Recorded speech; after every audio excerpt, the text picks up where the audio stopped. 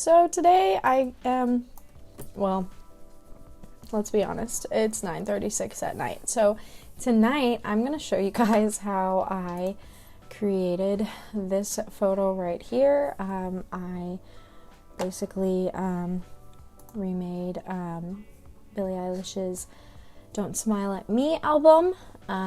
So yeah, I'm going to show you guys how I did that and my process and everything. So first of all, if you saw in previous clips, I went to the studio and I hung this green screen, and that's how I took these photos.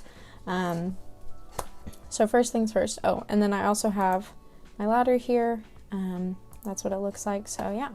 So first things first, what I'm going to do is I'm going to duplicate this background layer.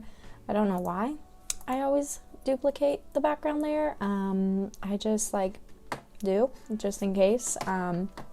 I don't know. I think it's a good thing to do.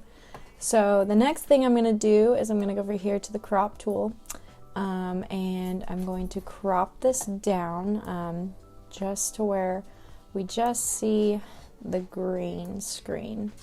And because all album covers are pretty square, none of them are really landscapes, so we want it to match pretty well.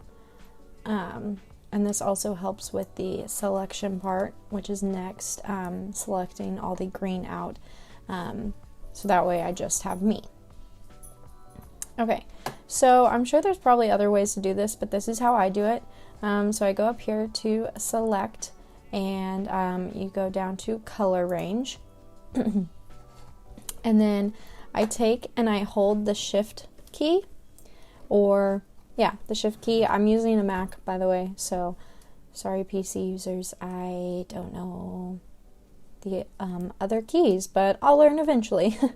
But so you hold down the shift key, and then you take your little eyedropper tool and just drag it. I just usually kind of just drag it all over the black, and then I say okay. And then what that'll do is it will deselect everything that is green and select everything that is not green. Yes, okay? While you have your selection made, make sure you're on your copy, and then you go down here to create a layer mask. Then you wait, and then hide your background layer, and boom, cut out. So now obviously we have some work to do, have to clean these up, but we will do that in the next step. So next what I did is I needed to create my yellow background. So I went here and I clicked solid color. And right now it's currently green because we just got rid of the green screen. And so what I did is I just went down here and I picked a yellow. Now since I've already have this yellow picked out and done, and I know which one I want to use, I'm just going to go over here to this other one. Oop, cancel. I'm going to go over here to this working file, and I'm going to scroll down, and I'm just going to see what this, I'm going to double click on it and copy this hex code just to make things a little faster. Okay, so then again, go here, go solid color, and then I'm going to paste this hex code right here and hit OK. Then what I'm going to do is I'm going to take this color fill one, and I'm going to drag it underneath my background copy. So now I am above the yellow. Then to go in and clean everything up, because we obviously have some hair missing, some of my face is missing, my shoes are kind of faded. You're going to go to your background copy, and you're going to make sure you're on your layer mask and not the photo. So click on your layer mask, and then you're going to go over to brushes. And then I usually zoom in to help me see better. And I always forget which one I needed to have. Oh, yep. Okay, so we need to have it white over black. And then what I'm going to do is I'm just going to go around and clean up the edges just a little bit. But yeah, I kind of like to go around the edges, especially my hair, because it's everywhere, and kind of go over it, see what's missing, see what's not missing, and then go back and really get into the edges and clean. So yeah, I'm pretty, I guess, messy on the edges, but I feel like it's easier to go back and clean it up and just see what's missing. Oh, and I also did want to mention, I am using a hard round brush for this. I will go back afterwards, and if I think something looks too funky or weird, I'll use the soft round, but I like the hard round because it really like gets the edges pretty well.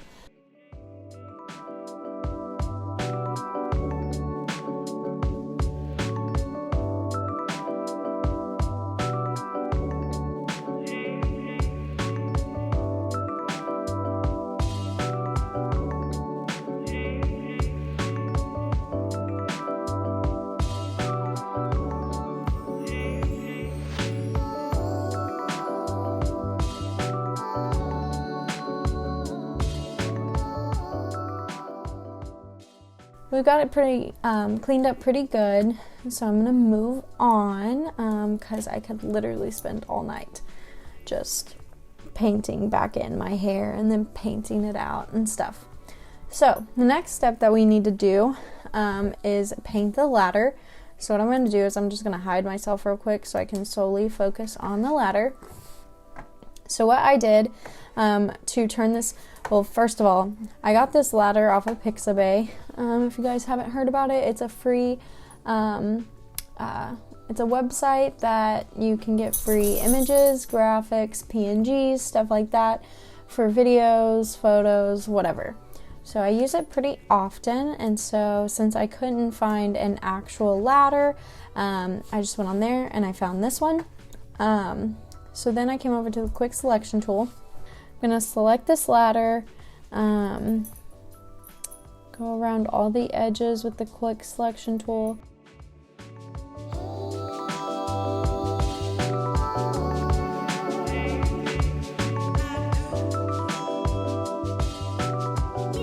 So now with this selected, what I'm going to do is I'm going to come over to my paintbrush tool, and then I'm going to come over to this green right here, and I'm going to click it. I'm going to drag it all the way up to this red, and then I kind of had to like do this multiple times in order to get the color of red that I wanted.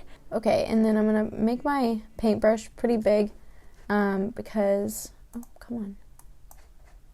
Because since we have it selected, yes, I know. We don't have to worry about staying in the lines or anything.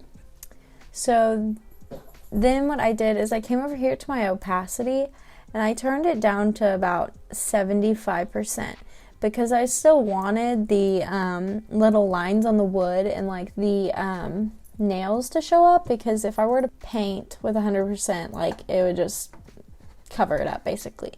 So I turned it down to about 75, and like I said, I had to play around with the red, or maybe I turned it down more. Let's do 40. Let's see. Okay, yeah, I turned it down way more.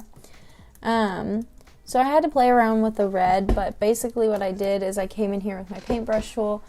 I'm going to turn this red down just a tad because it's a little too bright for me. And I'm also going to set this at 30. And I just came in and I painted over it. And like I said, I had to do this a couple of times in order to get the right red I wanted, because like as you can see, like it's pretty thin. So we're going to go back up to 40, see what that looks like. We're going to go up a little higher with our opacity, so I'm going to go up to 55.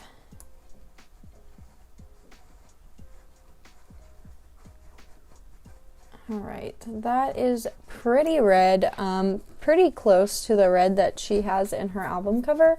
So I'm going to call that good, and I'm going to deselect it by hitting Command D on my keyboard.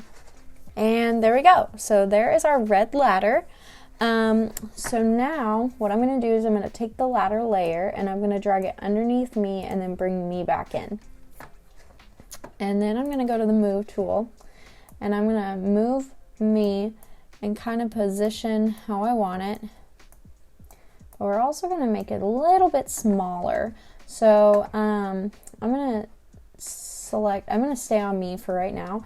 I'm going to hit Command T on my keyboard, and I'm just going to make me a tad bit smaller, just because in her, she has quite a bit of yellow background showing, so I don't want to take up the whole entire screen with me and the ladder. And I think that's pretty good. I'm pretty in the middle, so I'm going to hit Enter. Then I'm going to come over to this ladder layer, and I'm going to also Command T to transform, and I'm going to shrink this down just a little bit. I still want the ladder pretty big, obviously, but don't want it to look like I want it to look proportional to myself. So that's pretty good. So now what I'm going to do is I'm going to add a shadow to the ladder and to me to give that sense of like depth and like make it look more like it's a real ladder standing over me and I'm actually sitting on the ground. So we're going to click on the ladder layer and we're going to right click on it. We're going to go up here to blending options, and then we're going to go down here to drop shadow. That's going to add a drop shadow, as you guys can see, to it. And so these are the settings I had it on. So I turned it down to 40% opacity because I didn't want it super bright, or not super bright, but super harsh. And then I put the distance at 15, the spread at 0, and then the size at 29. And then I hit OK. So then what I did is I came over here, and this little FX symbol means that there is a effect on this layer. So what I did is I right clicked it, and I go down to create layer. And what that's going to do is it's going to create a layer out of the drop shadow. So then from here, what I can do is while on this drop shadow layer, I can hit Command T, and then I can come over here, right click, and I go down to distort. And this is when I kind of really played with the shadows here. So this distort layer is tool is pretty unique. You can like kind of like do whatever you want with it, make it like lay flat, like I don't know. It's pretty cool. So what I did is I just kind of moved this shadow around until it was like where I wanted it. It looked like it was bouncing off the wall. And so yeah, so I'm gonna, oh, nope, don't want to do that. So I'm gonna do that real quick.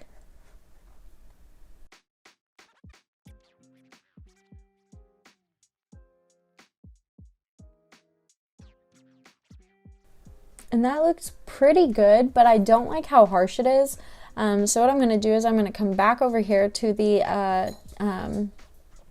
shadow layer, and I'm going to right click. I'm going to go to blending options, and then I'm going to turn the opacity down on this too to 40%.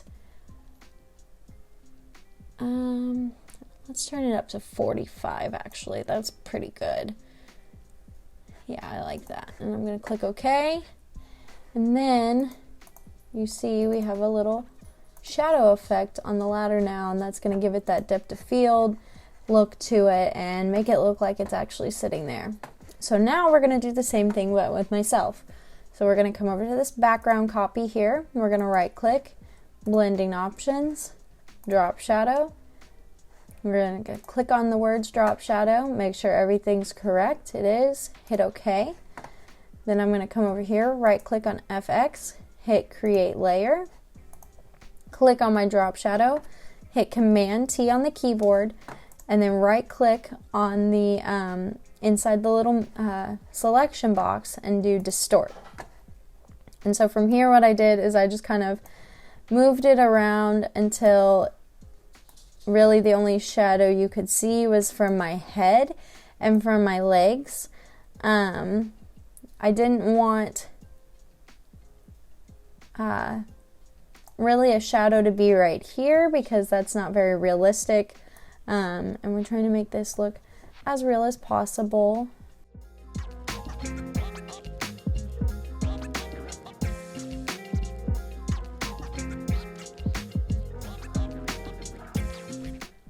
And I'm pretty okay with that, so I'm going to hit OK. And then, of course, again, I'm going to come back over here because I don't like how harsh it is. So I'm going to right-click on the background shadow, hit blending options, and we're going to bring that opacity down quite a bit. 40 for that. And then I'm going to go back and actually move that over just a little.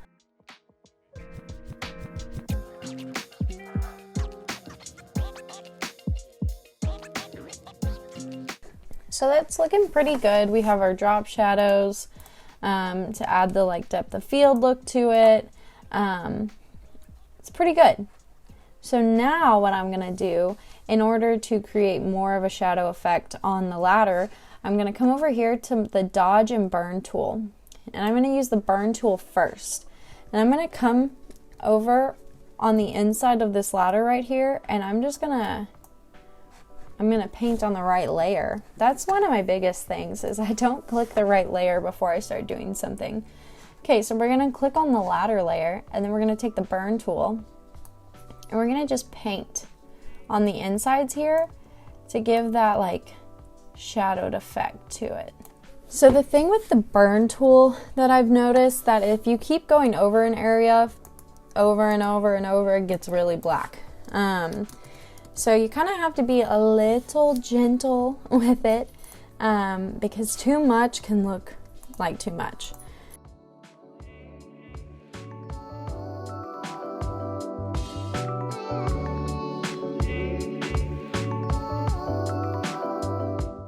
And that looks pretty good. Then I'm going to come back over and I'm going to take the dodge tool, which is going to brighten things, and I'm going to make it a little bit bigger, and then I'm just going to, again, click along the outside of the ladder to make it a little bit brighter.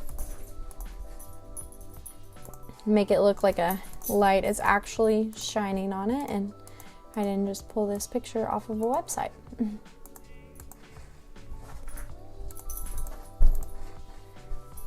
And that looks pretty good. I'm pretty happy with that.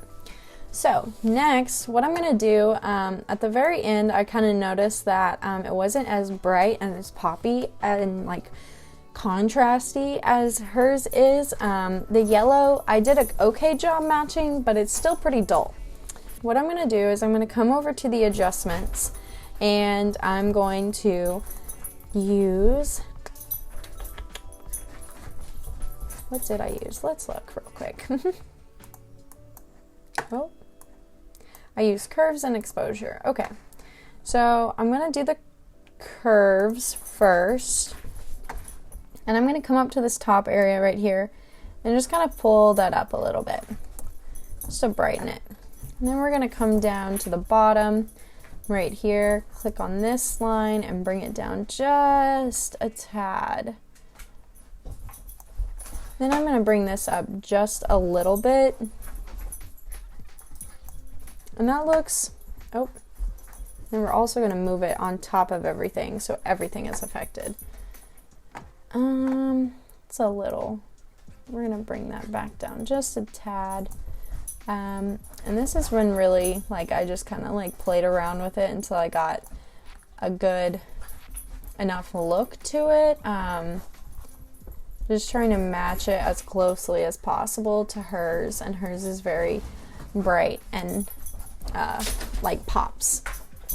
Also, if you guys can hear that, my dog and cat are currently having a wrestling match in my living room. So, okay, so then after I added my curves and kind of brightened it up a little bit, it just looks a lot better in my opinion. I'm going to come back over here and I'm going to go to exposure, and I'm just going to bring up that exposure slightly, so like right at 6. It doesn't do a whole lot, but it does a little, you know, it makes me feel good about it. So we're going to leave it.